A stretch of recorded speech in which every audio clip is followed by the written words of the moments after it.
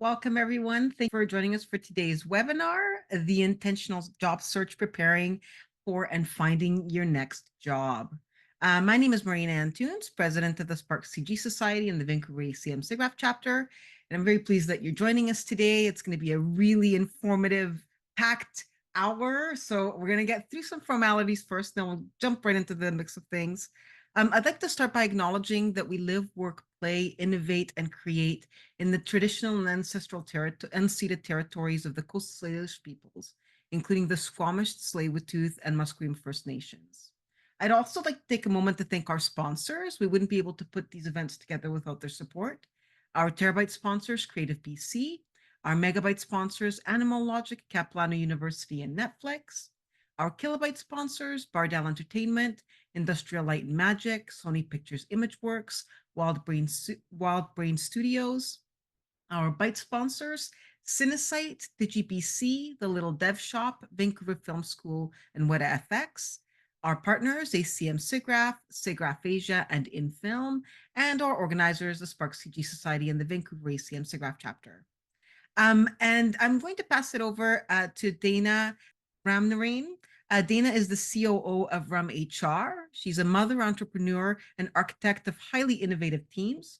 She has spent 15 years working alongside tech leadership to build some of the world's most dynamic and impactful organizations.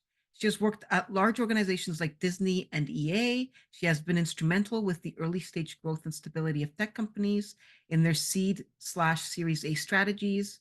Now co-leading the team at RUM, Dana is COO working on operational excellence for creative studios, growing startups and venture capitals to bring HR and talent acquisition strategies to evolving companies. RUM HR has created an economically viable model for scaling tech companies, giving them access to a full library of HR tools and programs to scale sustainably and weather the challenges of an ever-evolving economy. Thank you for taking the time, Dana, to join us today. I'm going to pass it over to you to guide us through the next hour of conversation.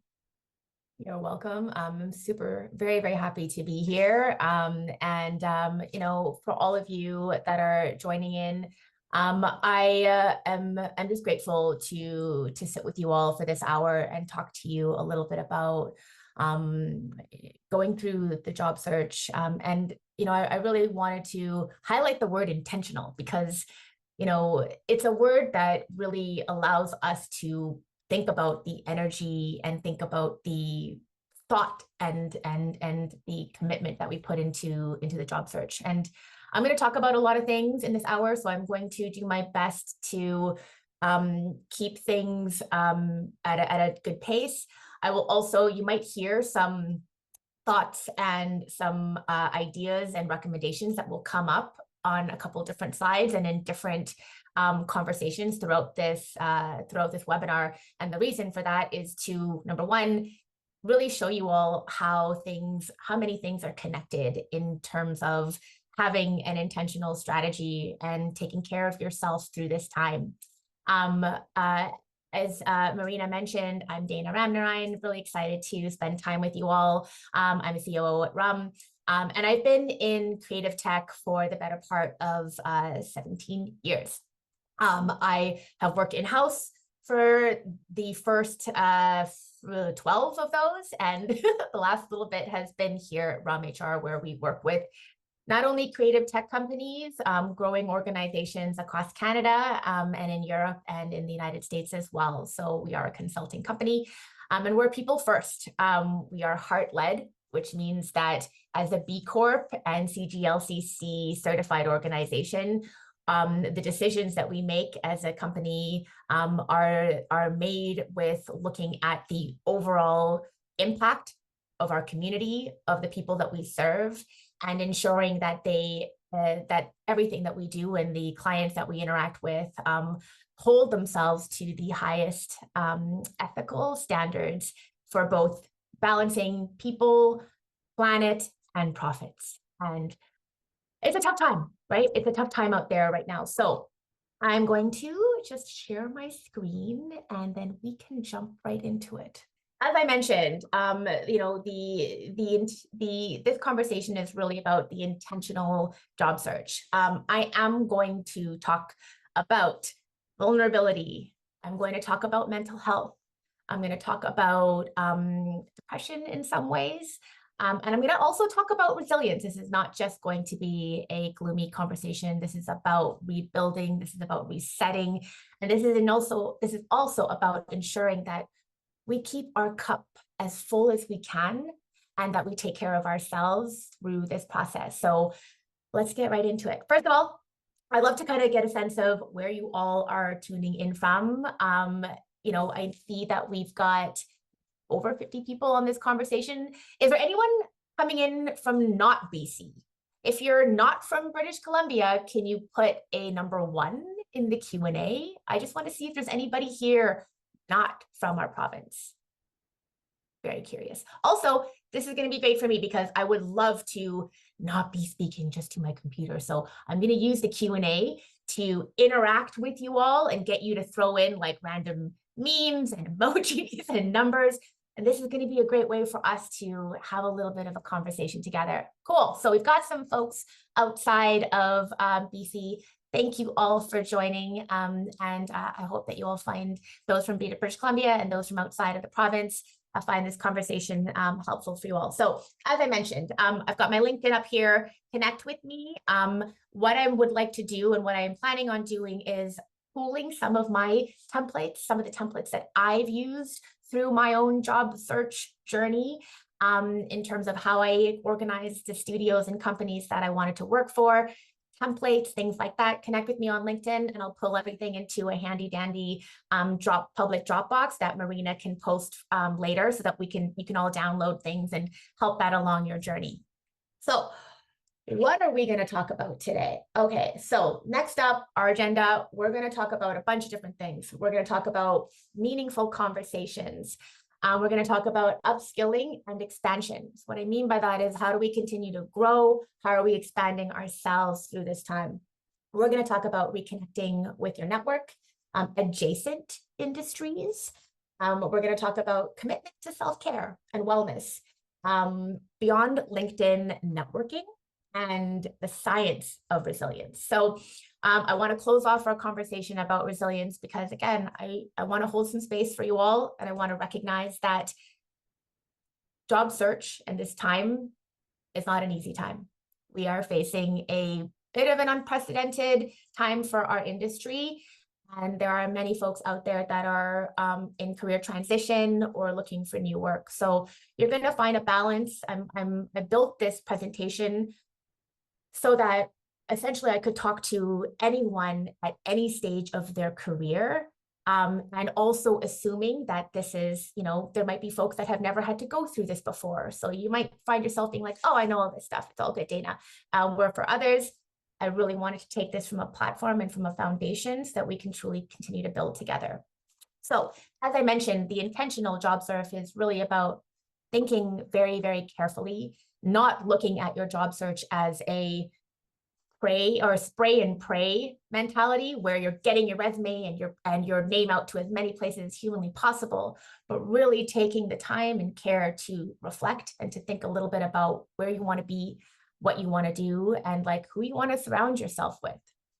So we're going to jump right into it. What I mean by meaningful connections. So when you think about meaningful connections, one of the things that I've always done is really make sure that when we're connecting with people, we are really crafting personalized outreach. As someone that works in HR and have worked for HR for a long time, a big part of getting the attention of others is less about sending the same message out over and over and over again, even sending your resume out. Think about how do you want to develop a relationship first. So when I'm thinking about building a connection and building meaningful connections with studios, I'm looking for people that I respect and admire in the roles that I'm in or aspire to be in, and find those people and connect with them. Look for those opportunities to simply just say hello and say, I'd love to follow your career journey, versus starting off by just sending out your resume. Not a bad thing to do, but I think we look at what we need from others versus, hey, I'm just here to establish a connection with you and learn a little bit more about your background and career and learn from you. So events is another way that I think, for those that aren't going to events or aren't thinking about events, to really start. There are tons of things that are happening around our industry, both online and offline. So get out there and start making face-to-face connections. This is a big part of understanding like what studios are getting projects, where new projects are starting to pick up. We know that in creative tech, there is a bit of a transition of when studios go from production, pre-production and concept to production. We know that there is that cycle. So who's doing what and where are things happening? Getting out there is a great place beyond LinkedIn to find out. And for those of you that have, really, I'm sure everybody on this call has value to offer. When I have been on my job search and when I have been unemployed, I have been looking for opportunities to offer my value upfront. What does that mean is like, how do you demonstrate your expertise? How do you, are there things that you can do, tips that you can give, guidance that you can share? And this isn't just on LinkedIn, but, volunteering some time. This could be something like sharing insightful content, even just posting a part of your reel or posting something that you've been working on. These are things that help give that value to the community. And that energy is really, really important, especially at a time where you feel like, I haven't been hearing back from people. Things are, the market is so saturated. What do I do? Give your time as well. And it might seem like, well, I'm depleted. I don't have a lot out there. I think it's finding that balance of remembering that you yourself in your job seeking role have an immense amount of value and skill and quality and magic to give to the world. And it's a part that goes back into the conversations that we're going to talk a little bit about on resilience that really matter for later. Another thing that we want to do is like, I'm aware that, going out to meetups and going to conferences and doing all the things is really scary. And it's not something that a lot of people want to be able to do or want to do. So think about and lean into your natural strengths and your comfort zone. If you prefer to be in person or you like going to events and you're in a part where you're in a province or in a part of the world where there are events happening in your communities and there's things to do, get out there.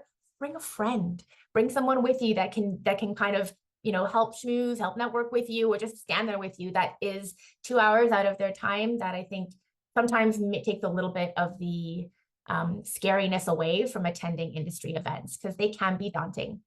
I go to a lot of industry events, and my one-liner that I love to use is simply, hey, can I join this conversation? I don't have to think a little bit about my elevator pitch or the product that I'm working on or the game or the show that I was on. It's just, hi, can I join this conversation? What are you guys talking about? It's that sometimes just opens things up. Everybody's in a position and in a place where, these things can be exhausting and tiring, and we're not always showing up at our fully optimal self, and it allows a great in. If you prefer to be online, if you haven't checked out, like I mentioned, I'll share a bunch of links for those that want to connect on LinkedIn and let me know. There's tons of online communities out there that you can be joining right now. So Discord is one of my go-to places for just finding places where I can connect with other artists, connect with people in the industry, find out what people are working on, projects that are opening up, Facebook groups and meetups as well, and maybe looking into finding a mentor. So everyone at every stage of your career has a lot to learn, I feel. So you never really hit that place where you're like, okay, I'm an expert now in my craft. Find a mentor, find someone that is working in the industry or in a role, even if not necessarily in the industry, in another, just someone that you admire that you could learn from and talk to. And as I mentioned before, give your time. Mentoring someone else and becoming a mentor is a great way to establishing connections and establishing a way where you're just learning and having as many feelers out into the community of things that are happening and ways that you can give your value back. So another area that I think is important is ensuring that we are developing and building our tools and skill sets. This is a time during your job hunt of protecting some time for your own technical and professional growth. One of the platforms that I absolutely love is Maven. Maven is a industry leaders from all over the world, working at top companies and institutions, offer learning courses. Some of them are paid, a lot of them are free. So it's a great place to come in and looking at, how can I develop some of my UX skills? What about, diving deeper into my project management, learning different things around leadership development. There's a ton of different, not only Maven, but just a ton of different platforms out there for folks that want to continue to learn. Think about joining a community as well, and collaborating on other projects. So, when it comes to new tools and technologies, fine-tuning those skills, particularly for those out there who have recently come out of school and you're like, okay, I've just graduated, excited, now what? What do I want? How do I continue? What do I do with my time? Finding work might be challenging when you're coming into a specific level. So protecting some time to develop and continue to develop your skills is very important. And it's just a great way to also just, utilize your energy in a healthy way. I wanted to say a moment about that. Now, reconnecting with your professional network is a little bit different from what I said earlier about building new connections. Your professional and academic and personal network is a hidden gem. It's a great place to take a look at who do you know, what are your industry contacts up to, and rebuilding connection. I have a friend that has just gone through a layoff, and his spending time every week really going through their LinkedIn contacts and their Facebook contacts, and really just sending messages out saying, like, what are you up to these days? And being strategic and intentional with their time to grab a coffee and reestablish a connection. These are ways that help keep you top of mind. There are ways to ensure that, again, you just have more visibility into what's going on in the community. With staying top of mind, get people to review your resume. Get your friends to take a look at your portfolio. This is a great time to utilize your network and ask for feedback. If you're not hearing, if you've been having issues with the interview process, or you've been hitting kind of a wall, but getting through X amount of interviews and then things are moving forward, really sit down with someone and see if you can do some interview role playing, find out if there's any information or feedback that you can get from people, so that the more information that you have, the better to help you think about, what is it about, what can I do, and what can I control? We know right now as a job seeker, there's a lot that we can't control out there. What we can control is how we fine tune our skills, how we support our networking, and how we take care of our mind and body during this process. I want to take a little pause, and I just want to check in with everybody. Who's out there right now is like networking like crazy? Throw me a number 2 in the Q&A. Who's out there who's been to an event? It's June 4th, so I won't say this month already, but in the last 30 days, who's been to an event in the last 30 days or been networking? It's a lot. I get it. It's a lot. And for those that aren't networking, I really want to reemphasize, like, it happens both online and offline. It doesn't have to be, looking at your network and looking at who you know. You might be like, well, I only have 200 connections on LinkedIn. Like, how many people can I possibly network? Build, coming out of school, your classmates, your past professors. There are hidden gems, I will reiterate, hidden gems in your network, and folks out there that might be collaborating on new projects and thinking about new projects that, you might have a fantastic opportunity to be in their top of mind. All right.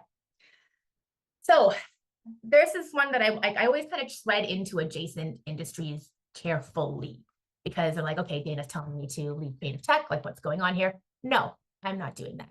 But what I am doing is, this is a great time to look at, of the skills that I have honed, and the expertise that I'm building, where are these skills relevant in other industries? What are other industries that might be growing, or what are things that I can be doing? What could I be contributing with the knowledge and expertise that I have in different areas? So this is, a difficult and can be a bit of an interesting one for us in creative tech, where you're like, I've been doing this one thing and I know this one thing really, really well.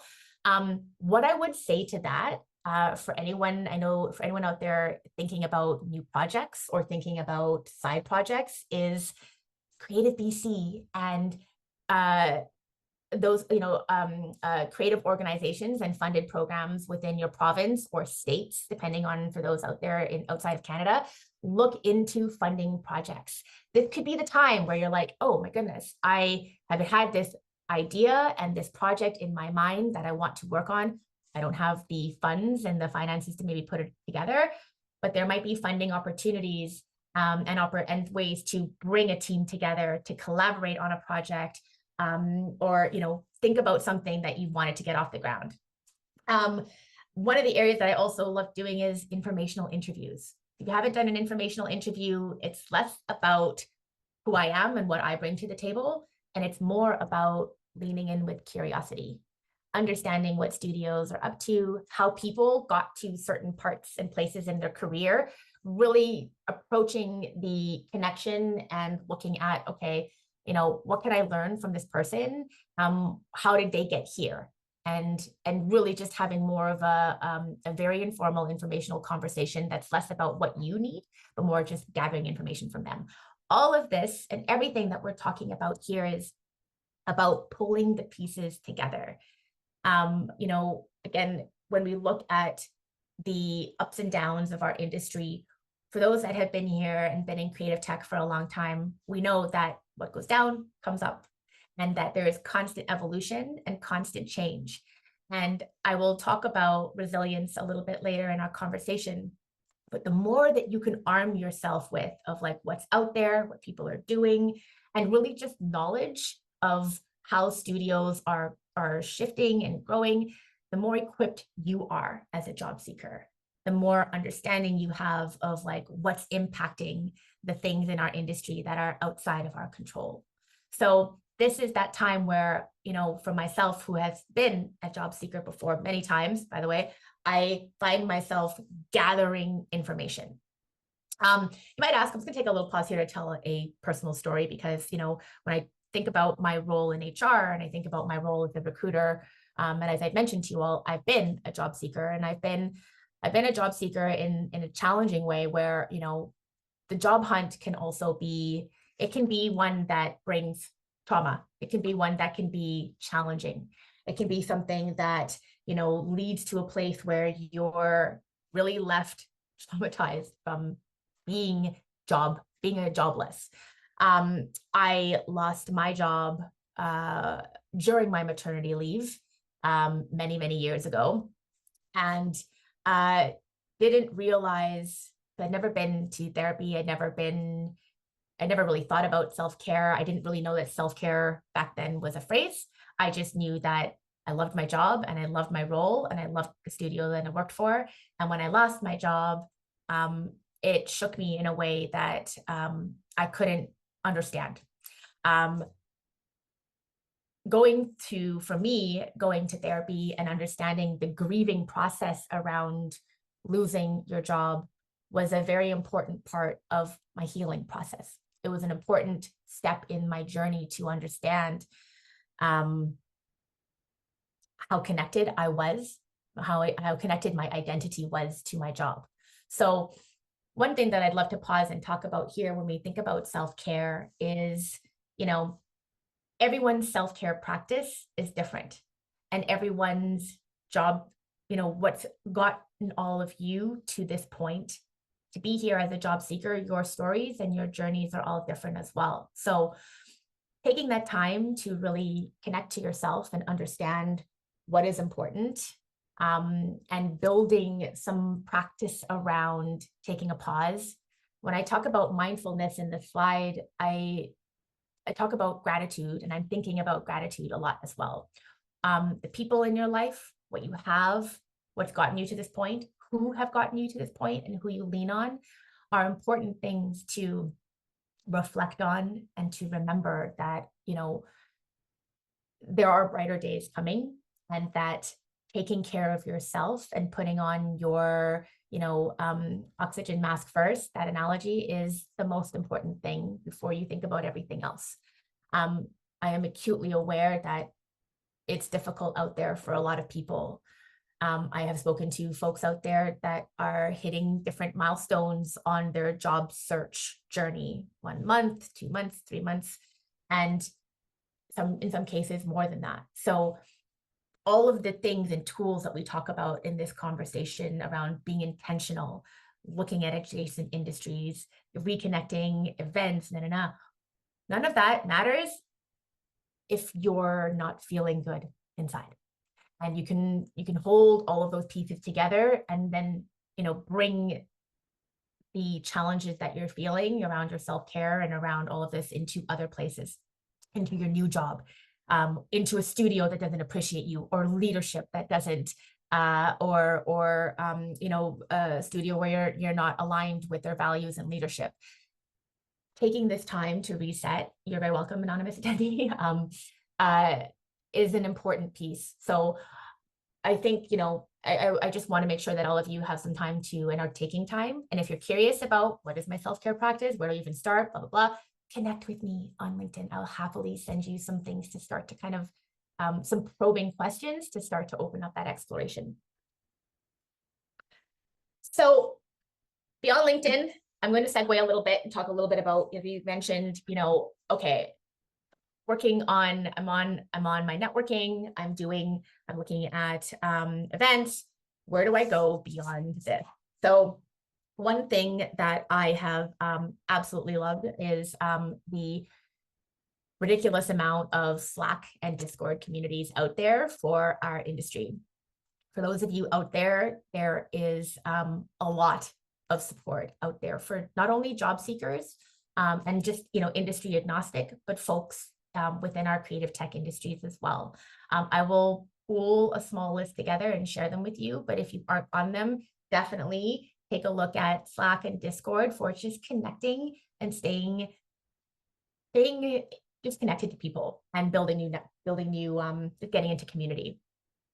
In-person meetups is one that I really, really love as well. I actually went to a conference. I'm in Vancouver, for those of you that don't know, Vancouver, British Columbia.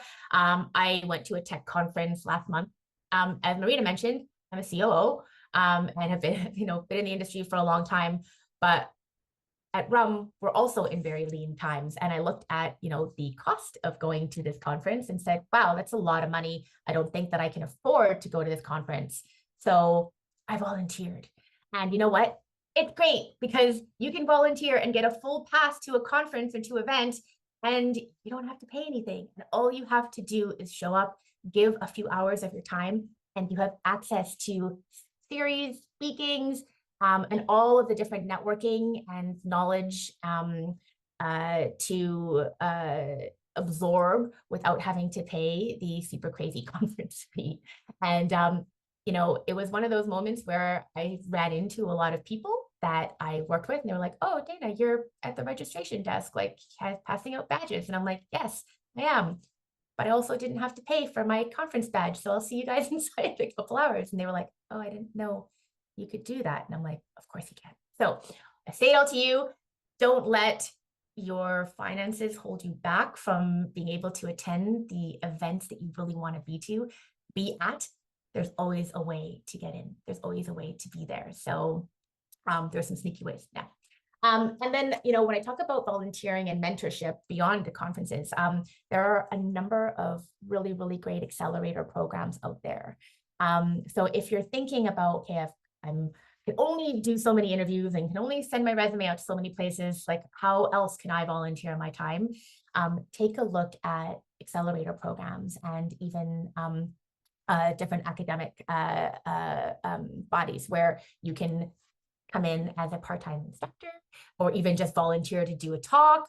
You don't have to necessarily instruct. You can come in and just share. Because again, remembering that we have wisdom, remembering that we have purpose and we have value to give while we're in this, kind of nebulous unknown, when will I find a job? How long is it going to be? Remembering the value that you have to share in the world is so important. It's such an important piece to keeping yourself focused and ensuring that, you're still, if you do work on an adjacent project, or you even leave the industry to come back in the meantime, try to make ends meet. I have to work, I have to find something to do and pay my bills. Working with people where you have respect and dignity and still able to contribute in a meaningful way is important. So you're never compromising those things. The last thing that I want to talk about, and we're going to spend a little bit of time here because this is an important part that kind of wraps it all together. And that is around resilience. So how many of you on this call would say that you're a highly resilient person? Throw me a 3 if you would consider yourself highly resilient. Throw me a 5 if you're like, I'm not resilient. Like, this is the world is ending. I am like super catastrophic. I can't handle this. This is horrible. Tell me, give me a little pulse check. 3 or 5s.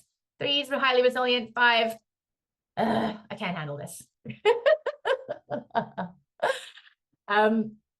I would consider myself, I love the 4s in there. Kind of a little bit in the middle. We're kind of not really sure. A little bit of column A, a little bit of column B. I am not a super highly resilient person. I had to build this muscle for someone that is an entrepreneur, a mother, single mother, person of color, starting a business. I have come from my own personal stories of really realizing that I tend to carry the weight of the world on my shoulders. And when you go through change and you go through job loss or delayed amount of time of finding a new job, it can really impact you. It can impact your self-worth. It can impact your outlook on life. It could impact your relationships, not only with the people that you love, but with yourself. And, resilience really is something about having the tools to manage the external factors with the balance, with also your internal awareness. So there's a few things that I kind of highlighted here around adaptability and optimism, perseverance and self-awareness. Resilience requires the supportive relationships and opportunities for skill building. So to be resilient, you need to have, people around you. It doesn't have to be family, but it could also finding that kind of scaffolding, finding those relationship scaffoldings. And when I say relationship scaffoldings, I mean the people that you can lean on and go to, vent, talk about all of this during difficult and challenging times. So being able to do that is a really important thing. And I think it's a really important part of being resilient. I will just talk before I go into the slide. I pulled this actually from the National Center for Child Development. And the reason why I went into the science of resilience from a child's perspective is that resilience is something that we build throughout our lives.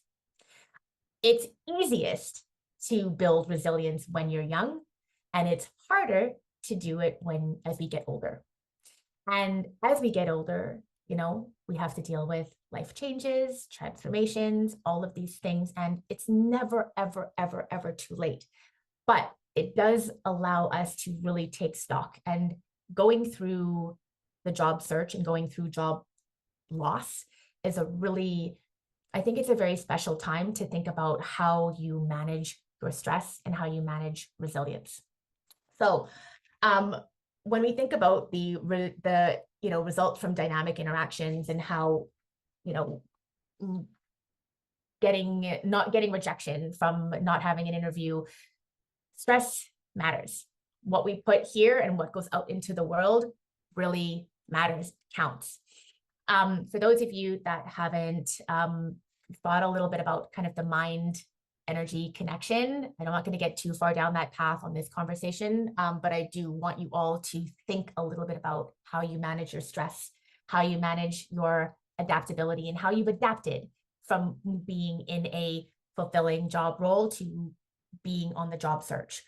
What are some of the things that you've adjusted to manage those setbacks? How are you overcoming those setbacks? And also, like, write things down and celebrate the things that you're doing well.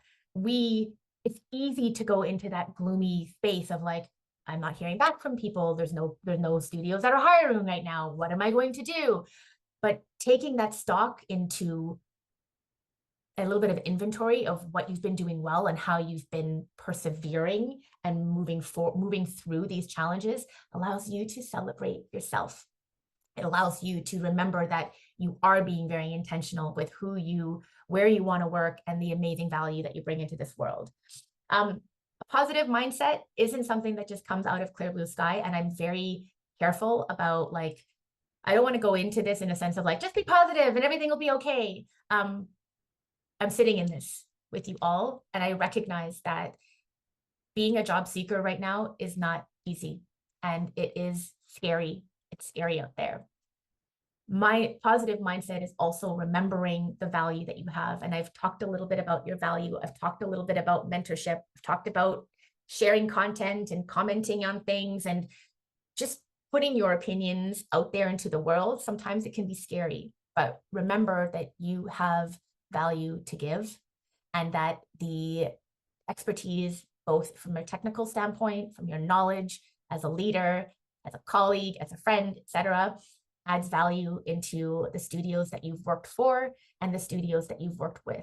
And this is an important part of remaining resilient, is reminding yourself about how amazing you are. So I don't mean this in a fluffy way. Do it. It's important. Persisting through difficulties and reaching our goals. If you haven't reset and gone back into your goal setting and done a bit of a goal setting exercise, I would highly suggest that you do that. Every single time that I have been in career transition, I've gone back to a bit of a whiteboard, vision board. Canva is great for it, and just started resetting and taking a look at my goals. You know, what do I want to achieve in this world? Both, you know, as a professional, as a human, as a friend, as a wife, as a husband, person, and why is that important to me? It's not just the what. Goal setting, when you're going through this moment, is also about the why. Getting intentional about why these goals are important to you. And why this is important from a resilience standpoint is this allows you to connect to those goals. Through this job search, through meeting with different organizations and studios and leaders, you keep that top of mind of how hard this is and what you're building towards and what you're persevering through. That why will be your North Star to remind you that these are the goals that I have and these are the things that are important to me. So highly suggest some goal setting. And exploring some of your strengths and weaknesses, and big one, personal triggers. Through resilience, I found that, like, there are certain things, I mentioned this earlier in the conversation. I haven't been the most resilient person. I wouldn't call myself the most resilient person, because I've been through a lot of burnout. I've had 3 significant burnouts in my career. I talk a lot about burnout as well in the webinar. So if you've been on one, you know. But yeah, I've been through 3 significant burnouts in my career. And when I think about every burnout that I've had, both as a job seeker and in my job, it has come back to a place of how, looking at my resilience, how I manage stress, how I lean on the people that I love and that love me, and how I take care of myself, putting on my oxygen mask first. Burnout is a very real thing, and a very, I just say it's a very real thing for those that are going through the job search, and you're like, well, how, you know, you're in interviews, you're talking to people, you're trying to get out there and network and do all the things as much as you can. And I will say, and I acknowledge, and I see you all out there, it's exhausting. It is exhausting. So pulling this all together to take the time for yourself and remembering that, you know, all the great things that you have and all the strengths that you have, what are the areas that you want to develop, and look at the Maven courses. How am I going to develop these skills? What are some of the technologies that I want to learn? How do I turn those weaknesses into things that I'm developing and actually getting really great at? Also, where are my triggers? What are the things that have caused me the most stress and have taken me down into that spiral through this journey as a job seeker, as an interviewer, you know, sending my resume out, waiting to hear back? Like, where have there been the moments where I've lost myself? And when we can acknowledge those moments, we can sit in them, but we also take their power away, and it becomes a little bit less challenging, a little bit less stressful. We still know that they exist and they're areas that cause us harm, whether it's our own self-harm or what have you, but we allow them to flow through us and we allow them to pass. And these are some of the things that I use for resilience. So when I go back into looking at, you know, all of these moving pieces into being an intentional job seeker, there isn't a one size fits all.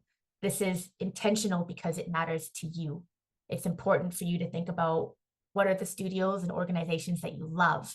What are the amazing skills that you have to offer? What are the areas that you want to build on, and how are you building on those? And then how are you making just the connections and networking, you know, as multi-pronged as possible? So you're at events, you're maybe contributing to some online communities, you're chatting on some Slacks, you're on some Discords, but you're doing it in a space and in a capacity that doesn't burn you out. So that as you're doing all the networking, for someone that's a relative, I would call myself like, I'm a bit of an ambivert. I can be an extrovert, but then I need to go and hide under blankets and not talk to anyone for a couple of days. Honoring that about yourself so that you can do the networking and you can go out there and push yourself outside of your comfort zone to just join a conversation, but also take care of yourself through this process. So I'm going to hold some space to allow for some questions and some comments and some ideas. As I mentioned to you all, I do have some tools. So there's a couple of things that I have that I will share with Marina. One of them is like just a very simple kind of, if you don't have a job tracker and you don't have like a studio tracker, just like who am I applying to? So not only about the studio, but who that works there, that you've met, that you know, that you connected with. When did you connect with them? When are they following up with them? It can be a lot. So I have a simple tracker that I'll share with Marina that you can just download, and it just keeps your job search a little bit organized. And then I have some templates on just language and reaching out to people, and some tips on like, how do I engage with someone? What do I want to talk about? And how do I not talk about myself, but I want to talk about you? And, you know, what do I do there? That you can kind of use and update for your own voice and style and language, and then go from there. And yeah, as I said, connect with me, and if I can help in any which way, I would absolutely love to. So I'd like to take a little pause and open it up for any questions that you all might have. Actually, someone posted a question that's quite specific, but I think it can be made a little bit wider, and maybe you can speak to this a little bit. He asked specifically about, you know, his training and the work that he's done as an environmental artist, but he's getting requests to work in like to do grooming work. At what point, or, you know, when do you start to sort of ask yourself, do I shift where my passion is, or where my love is, or where my experience is to get that job? Yeah.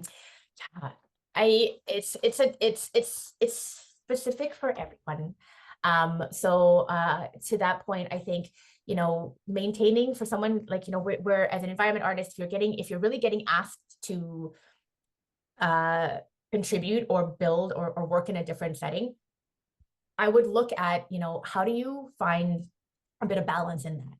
How can you continue to work and maybe, you know, build your environment portfolio? Is this something that you're open to doing in terms of like working and in grooming or working? I can't remember exactly what the area was, but what does that evolution of your career look like?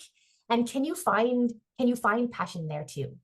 This is when we go back to resilience, we think about adaptability is there, right? So it's being able to adapt your career and your career path and the skills and attributes and things that you've built, but don't lose yourself in that, right? So if environments is what you absolutely love and you're like, I am not willing to work on anything other than environments, great. However, that resistance or that focus on just wanting to do that might mean that you might have to pass up other opportunities that are coming on your path, particularly if you have a level and skill that allows you to interchange and move into those other career paths. So it's trying, I would say, again, just try and find the joy and try and see, is there joy and is there passion in that work for you? As an artist, I know how important that is. I know how important it is to really love and care about the work that you're doing. So see if that's something that you could do and if it's not compromising too much of yourself. You talked a bit about mental health and how that plays an important role in the job search. I was wondering if you could suggest some resources for folks that might be wanting to speak to someone, but maybe they don't have access to therapy that they can maybe look to or find some additional information to help themselves along. Yes. Well, BetterHelp is a great online platform and an affordable platform for those that might be seeking and looking for someone to talk to. For those of you that are in British Columbia, but any province actually, Rhodes, which is a school for coaching and for life coaching, their graduates are incredible and they work with everything from, career journeys, anything that might, massive amount of change and loss and sexual orientation, anything that you're like, I need to talk to somebody, I'm at this crossroads, but I can't afford to get a life coach. I can't afford to do a therapist right now. The tools that these folks are acquiring through this program are fantastic. And for their graduates, they offer counseling and coaching for free.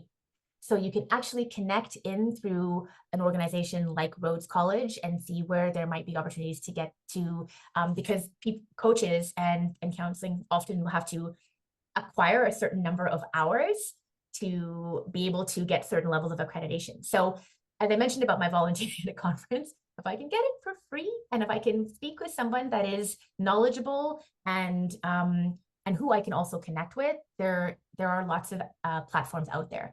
And this might actually there might actually be a, again, for those outside of British Columbia, other wellness institutes that you can look at where they will offer those services for their folks that are moving through graduation if finances are a factor.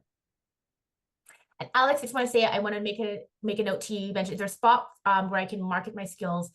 Creative BC is a large website. Is there a spot there where I can market my skills as a rigging artist?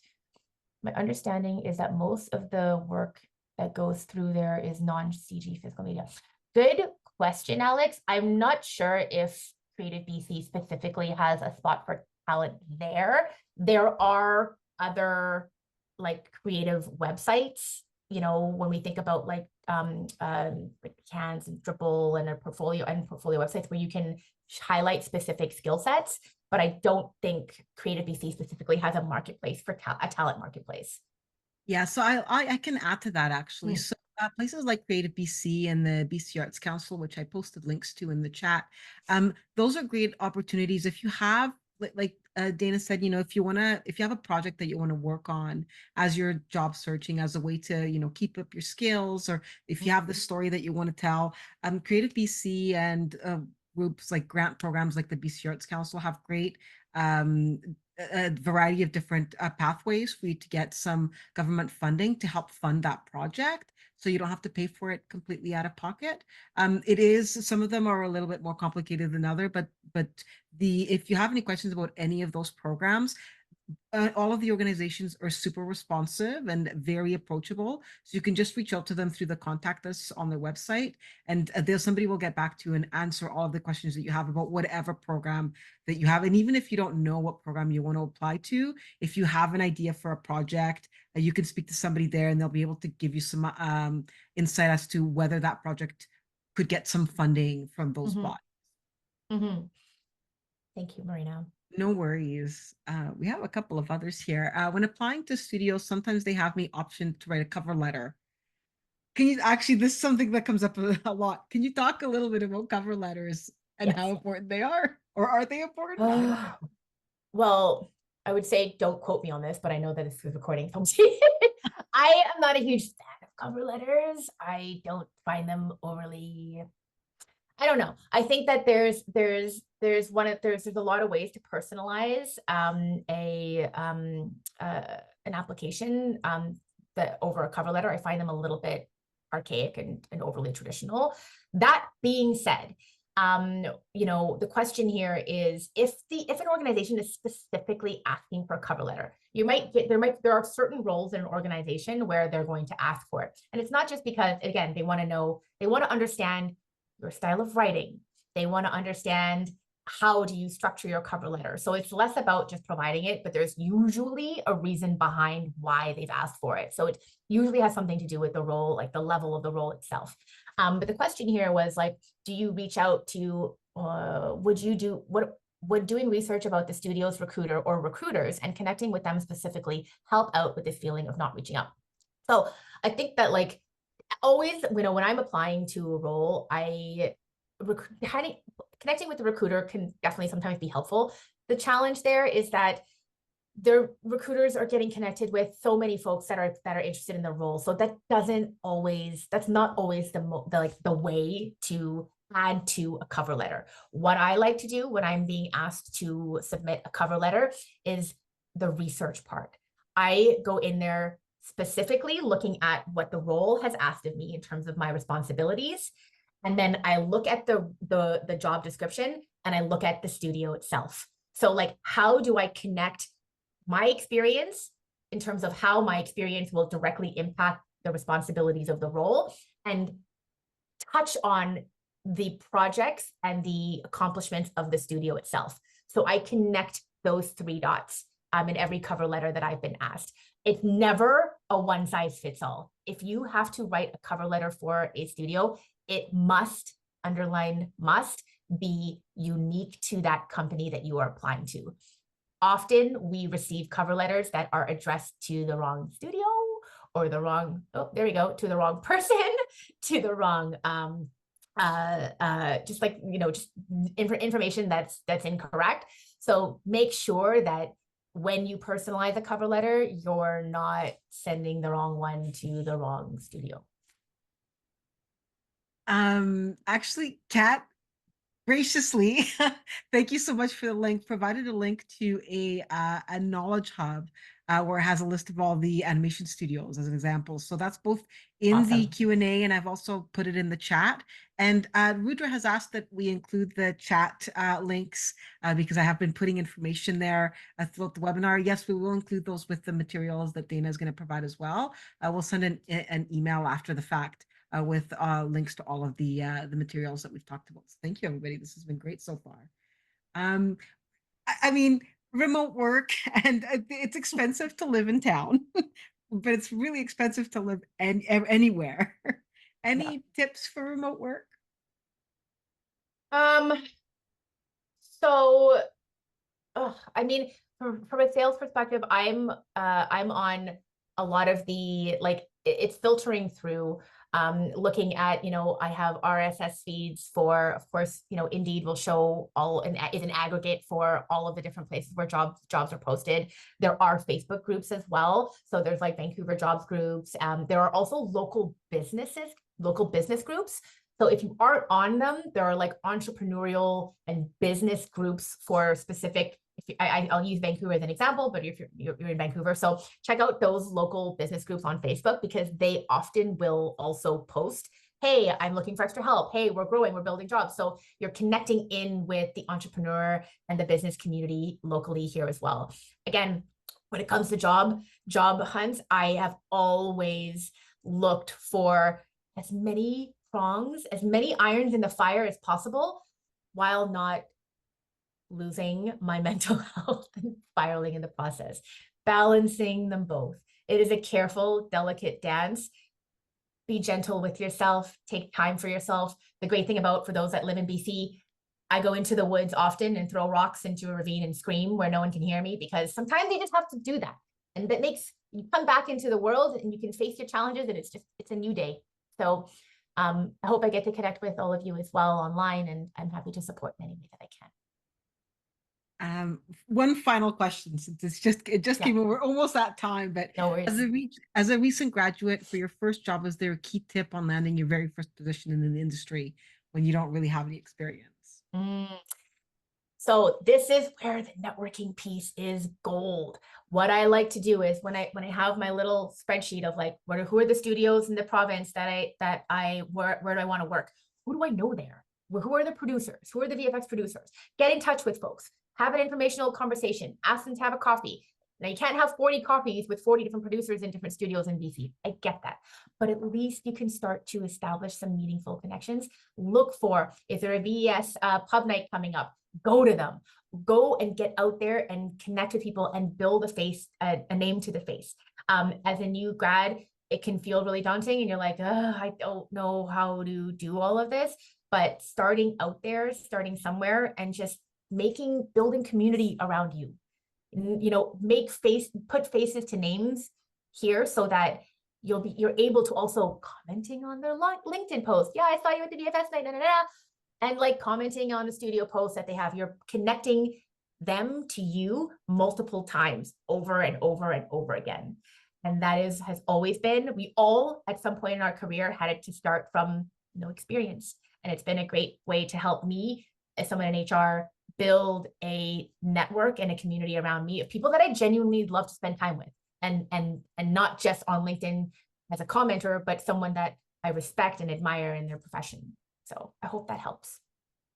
Dana, thank you again for your time. Thank you to everybody who joined us today. And stay tuned for more great events to come. Thank you, everyone. I hope you all have a wonderful, wonderful rest of your day.